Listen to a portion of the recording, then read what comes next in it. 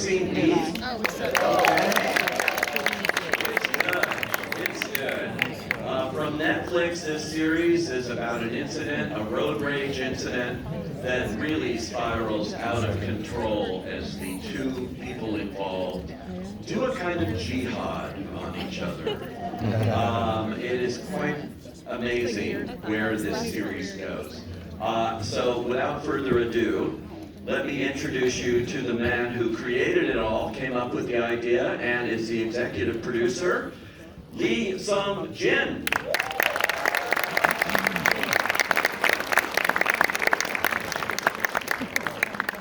And you all know them, the stars of the show. First up, she's an amazing comedian and as you can tell from this show, a hell of an actor as well. She plays Amy. Please welcome Ali Wong.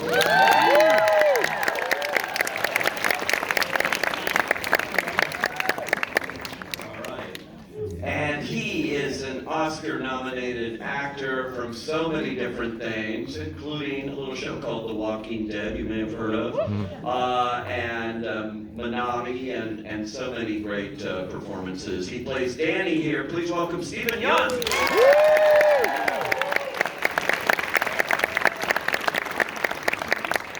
Okay, all right. What is in your head? How did you come up with this, and have you ever been in a road rage accident or anything? What sparked something like this? Yeah, it was actually a real life road rage incident that was the loose inspiration for this. It involved a white SUV as well. It was a BMW though, not a Benz. And I was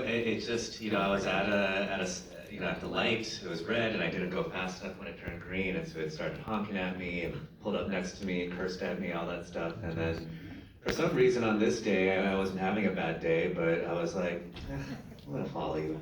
In my head, I justified it like, I'm just commuting home and I happen to be very, very close to this man, and if he goes a different direction, I'll stop following him. But we happened to be going the entirety of the 10 together, and he exited my exit, so fate would have it that he probably thought I was just lunatic that was following him through all of LA. That made me laugh, and so that was the kernel of the idea. So road rage pays off. Thank you, whoever. Yeah. Thank you so much. That's amazing. Are you one of those guys that lead police on chases on the freeway? Not yet. Welcome to LA, folks. This is a really extraordinary show because even though I'm having fun talking about the road rage aspect, that's just a small aspect of it. It really leads to darker places, to more psychological explorations of these characters and their lives, and how unhappy they are in many different ways, and how much alike they are in many different ways. I'm going to show you what sparks it here from the very first episode of Beef. Let's take a look. What are you doing?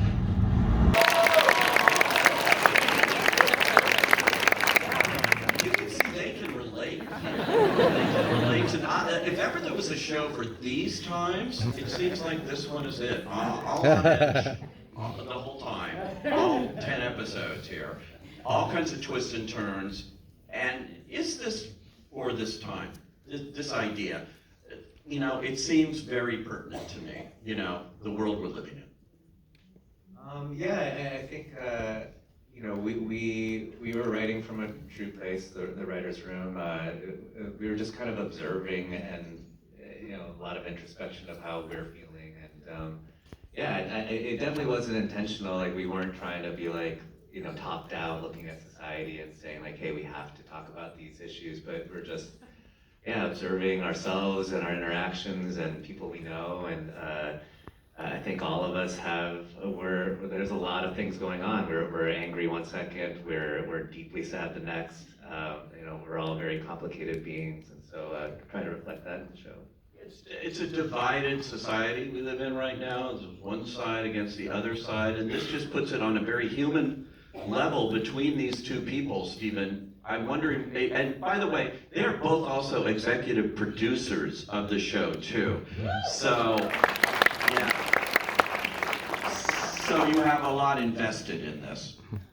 Yeah, I think you know what Sunny was saying, like the thing that really attracted me to the story we were telling is just kind of like looking into all of our shared brokenness, and it looks like the ways in which we're most in common are sometimes the things that look the ugliest about us, and it was really cool to explore that.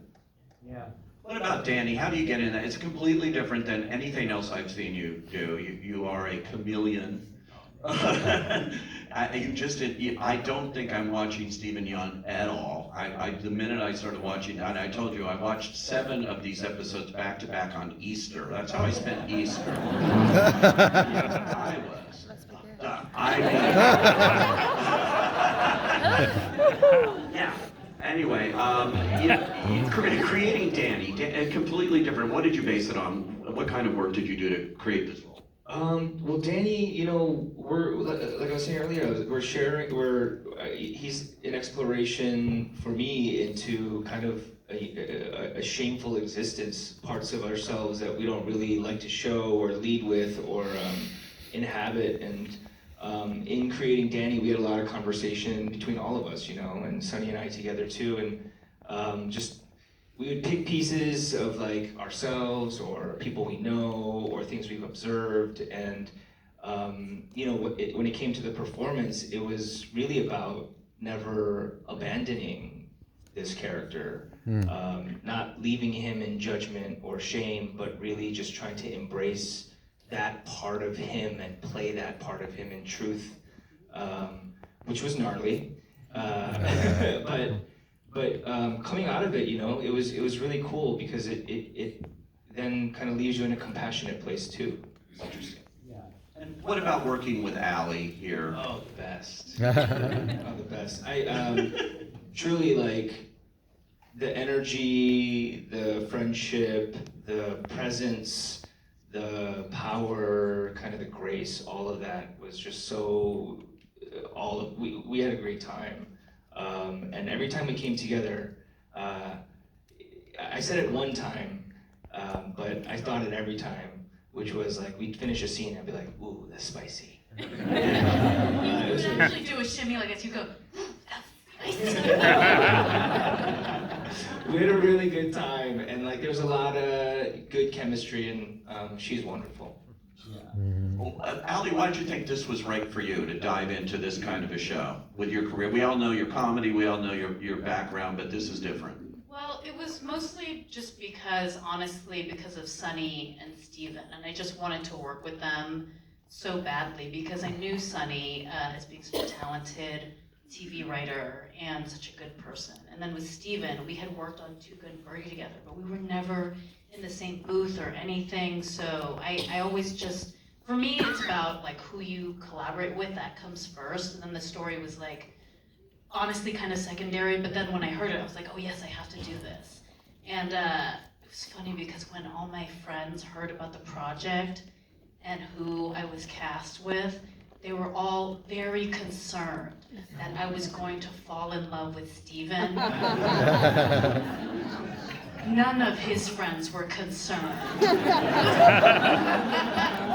we had like the best time together, and that's really what it's about. I mean, like even when I watched that clip, you know, we were laughing and I was thinking about how when they yelled cut, we were like laughing so hard and full of adrenaline we couldn't breathe. And from this show, like I'm like, I look at that and I'm like, my God, I look at myself and I'm like, who is that person? Like, it's so surreal and it's so fun to, you know, I'm 40 years old and I'm an Asian woman who's probably gonna live until I'm like 105 since I take care of myself. So it's like life is so interesting and it's so nice to have, like, surprise myself in this. And that's really, and I do really connect to the character in a lot of different ways. And I connect to Danny just as much as I connect to Amy, and I always have. Yeah.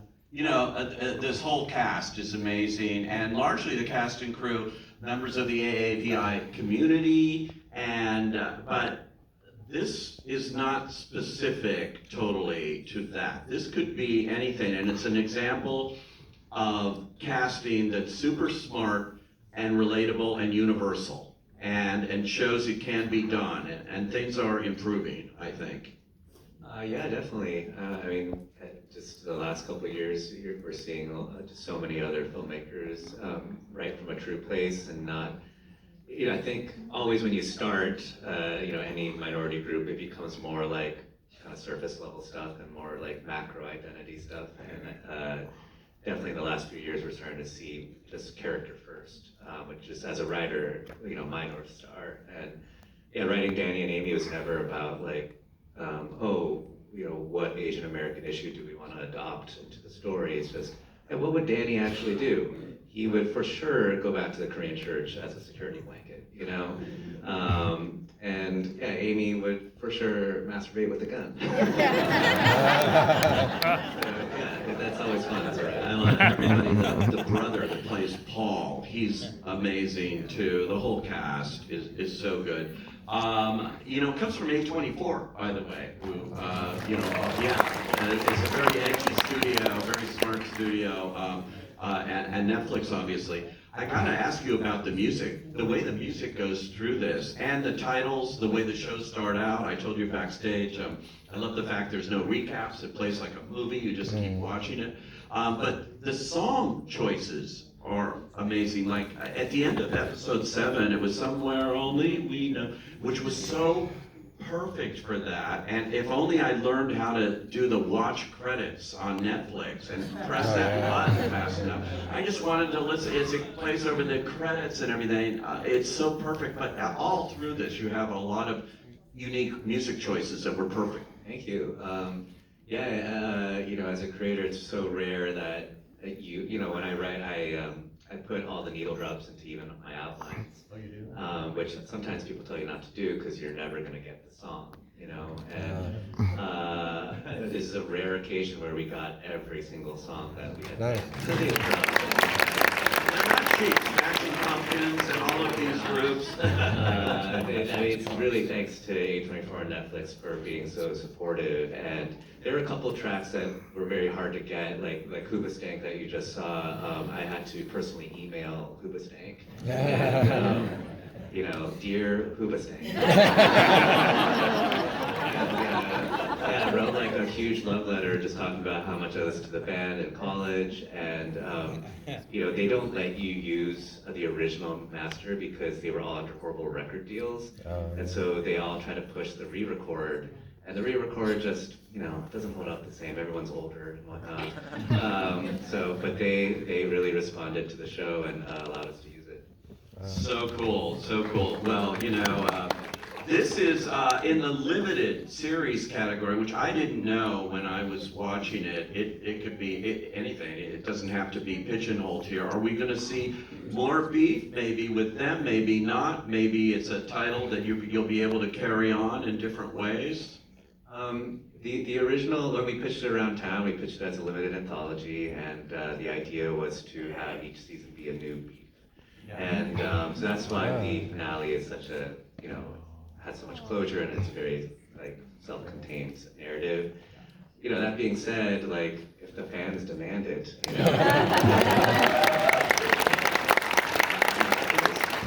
right, here's to more beef then. I am getting more deals done today. All right, thanks guys for coming out here and joining us on Fifth Avenue.